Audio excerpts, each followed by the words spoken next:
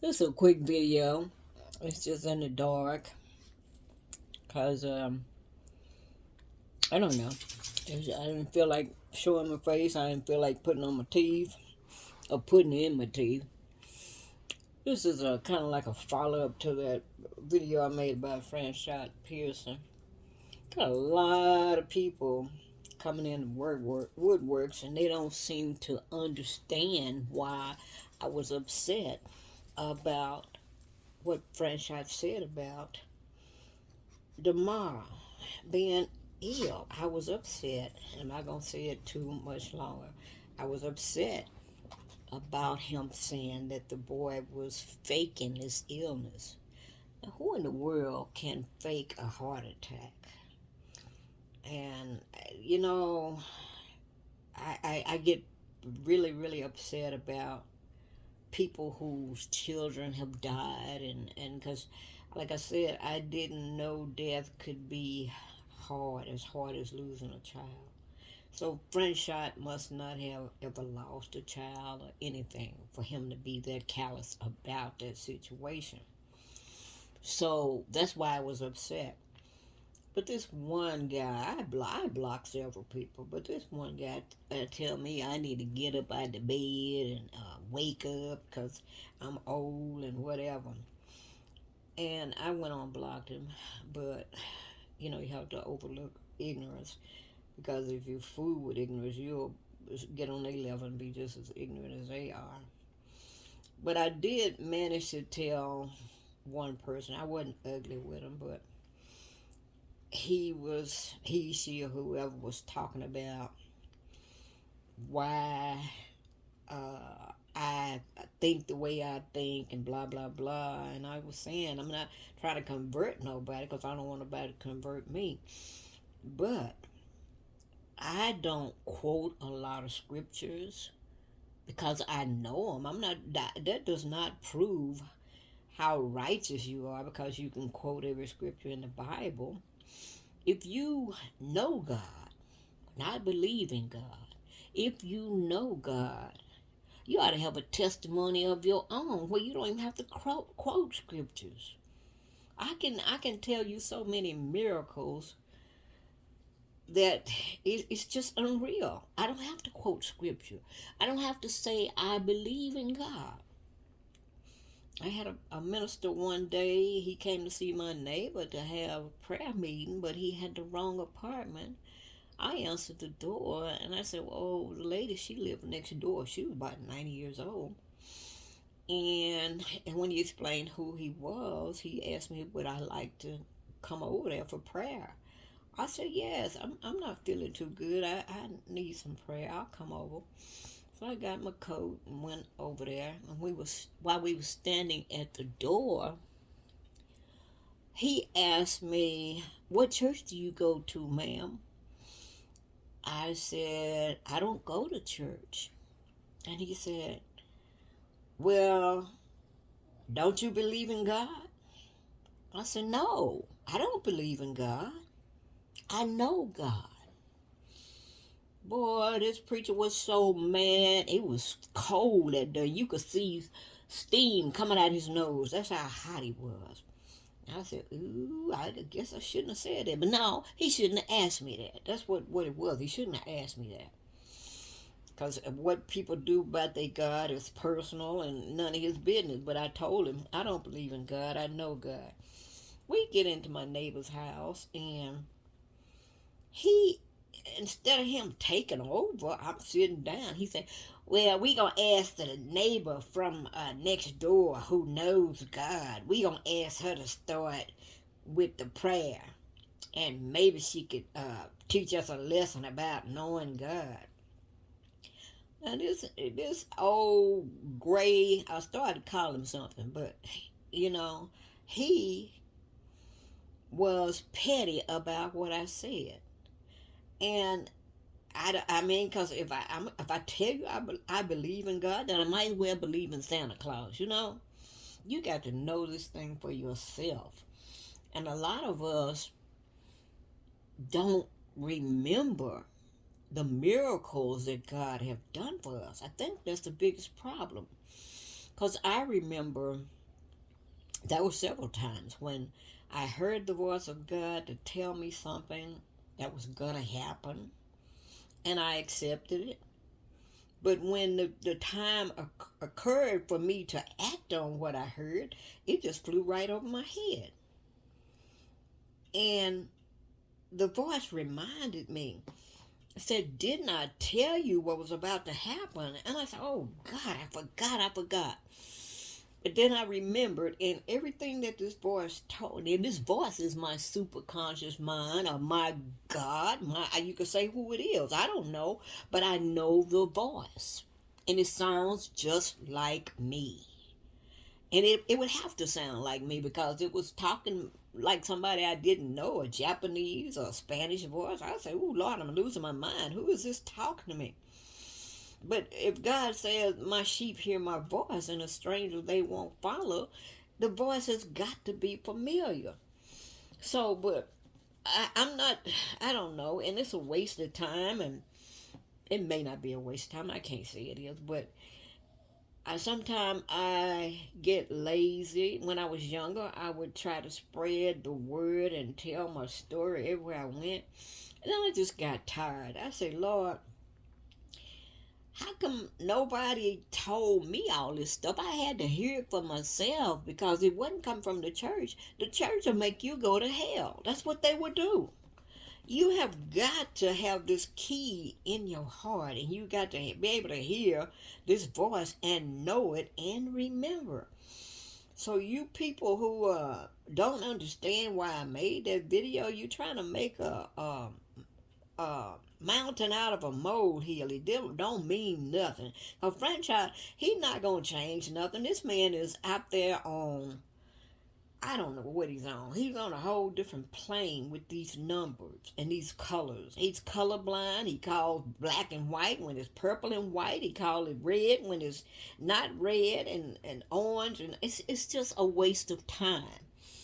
And I don't understand why it's important when you got to add up all these things. And if he was really doing numerology right, he would know how to add, but he doesn't even know how to add.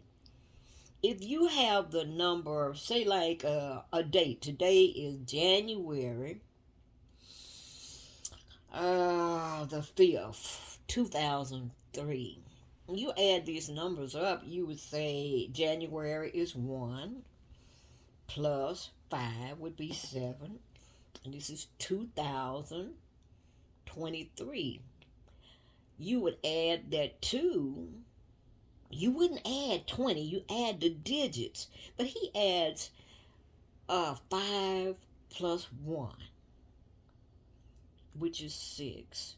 And then he turned around and add 20 for the year, and now he's got 26. And then he adds the whole 23. Numerology does not work like that. You add one digit at a time. I don't know. And gematria doesn't work like that. I don't know. And he, bless his heart, he just on cloud 9. But he's a fearmonger. And we're not supposed to be afraid of nothing. We are fearless people. We're supposed to be not scary people that don't know God. They are afraid. And he's trying to make everybody afraid. And even in whatever the situation is, the best thing that can happen to us in the tribulation is death.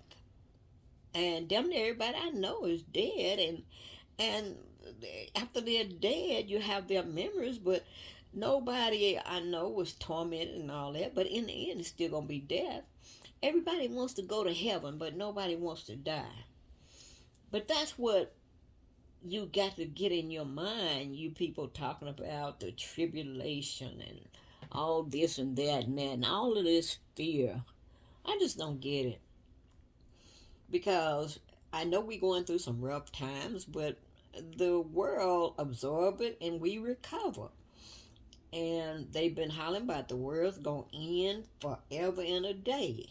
The disciples were disappointed. They say, because I wasn't there, they said they were disappointed because Jesus didn't come back in their lifetime.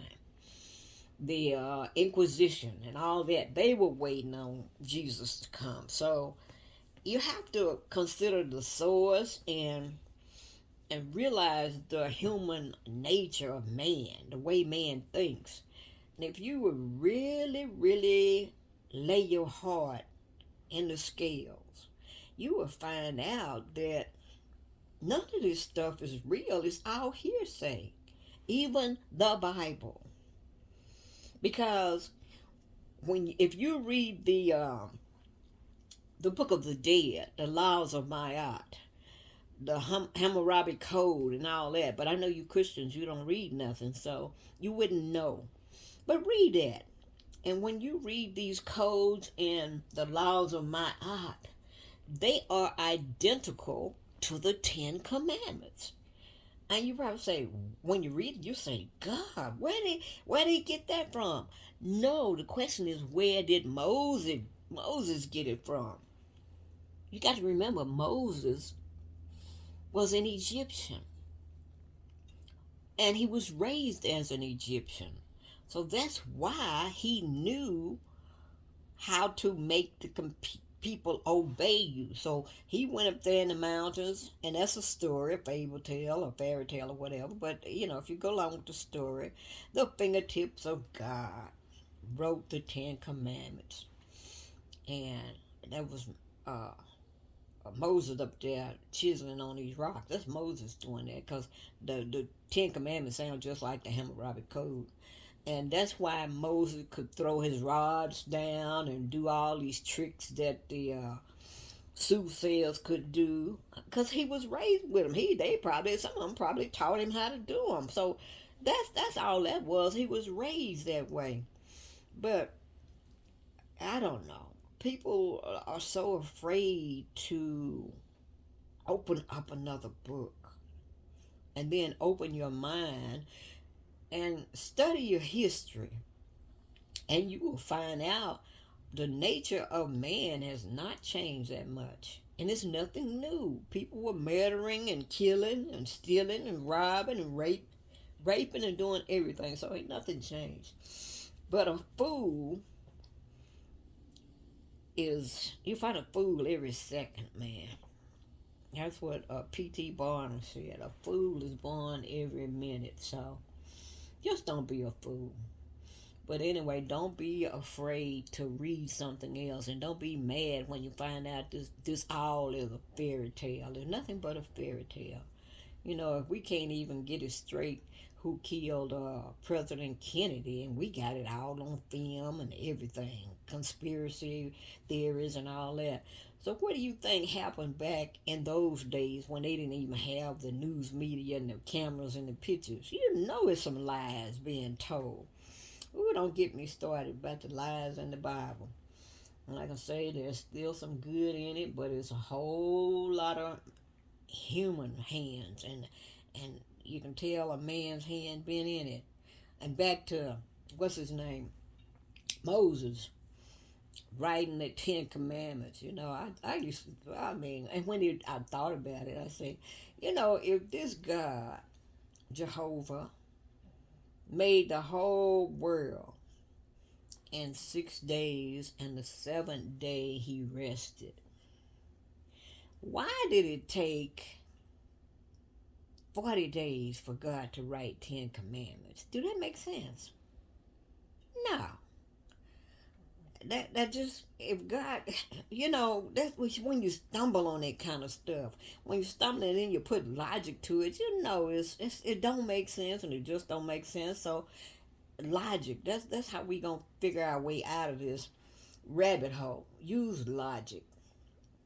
But you people that love Franchot Pearson, don't be mad at me. I'm just mad. I was upset about how he did Damar, the little boy that was sick. I'm so glad he's doing better. We continue to pray for him. And you people that believe that people who don't believe like you, they're casting spells, and if I say I'm praying for you now, you're casting a spell. Well, when you pray, that's a spell too, because you're wishing for something. You're trying to cast a spell on God or somebody because you're praying for something to happen. And that's a form of a spell. So we all cast spells. And there's power in our words too. So I've never seen so many uh, incredibly stupid people. And they come out in droves. And like I said, I blocked a lot of them. And uh, just miss me with all of that and go with that video that I made, and I can be the crazy old lady. But like I tell all of you, you young people, I forgot more than you know right now.